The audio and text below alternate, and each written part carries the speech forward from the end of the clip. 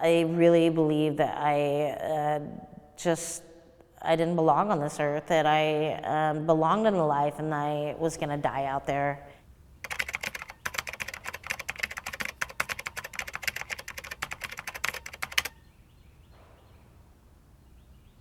My name is Allison Franklin. I'm from Houston, Texas, and I currently reside near Austin, Texas. I provide technical assistance and training across the U.S., locally, statewide, and for local governments on human trafficking. There was a series of experiences that really stamped my past, present, and future. One, my father being shot by a cop, put my mother and myself in a very precarious position where she moved in with my father's grandparents, where I began essentially being brutally and severely sexually abused as a young kid. Starting at age 3, pretty much when my father hit the ground, right, in his funeral, that's when the abuse began, and it launched me on a journey of self-destruction that would span over 34 years.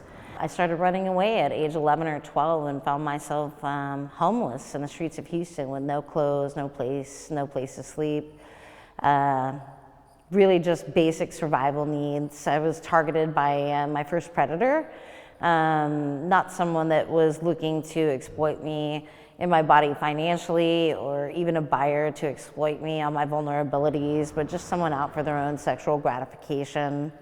Because I was vulnerable and looking for love in all the wrong places, I was easily groomed as, 11 or 12-year-old.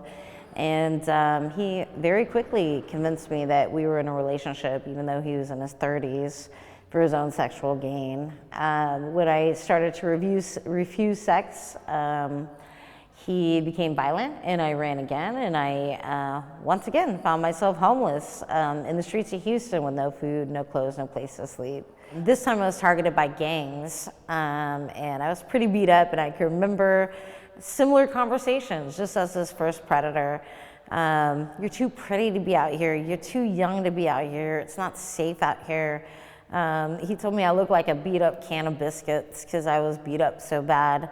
So I left with him. I needed safety, I needed a place to sleep, I needed food. He told me what to wear, when to speak, who to speak to, when and where I couldn't go, when to wake, when to sleep, how much drugs I took.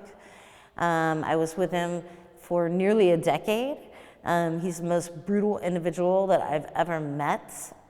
He's chained me to a stove, poured boiling water on me, hit me with a moving truck, shot at me, tased me.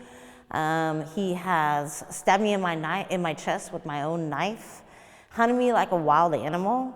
Not only was I a prostitute in property, but he forced me to purchase all his drugs, sell all his drugs, take the penitentiary risk for his drugs. They were organized crime, gangs, and so anything to do with money, guns, counterfeit money, human beings, cars, you name it, we did it. So many reports were being called into the abuse that he was doing to me in various locations because I kept trying to get away from him. When they finally caught up to him, he went into a cell phone store.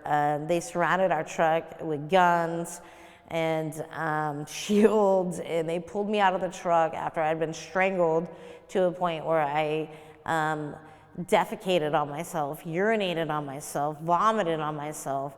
And they put me on the ground with my hands behind my head and put my face on the concrete and put a boot to my head and asked me how much guns and drugs that I had.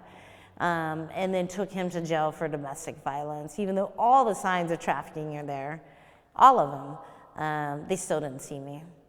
How many times have I been raped and beaten and robbed, and I'm waving people down while a person's chasing me down with a gun, knocking on doors, help me. And no one sees me. They don't want to see me. I really believe that I didn't belong on this earth, that I belonged in the life and I was gonna die out there. And in the end, I never got extracted. I never got saved or rescued. I cycled in and out of our prison system. And it wasn't until my 9th felony, the last drug charge I took for him, that I was able to access meaningful services that offered me an opportunity to exit the life. I never thought that my voice and my my experiences could affect change. But I really do believe that our voices matter and that we can affect change. I mean, I wish I didn't have this story to tell. So most definitely I would change that. Like, I wish I didn't have this story to tell, but seeing that I do, I want to see something good come out of that darkness.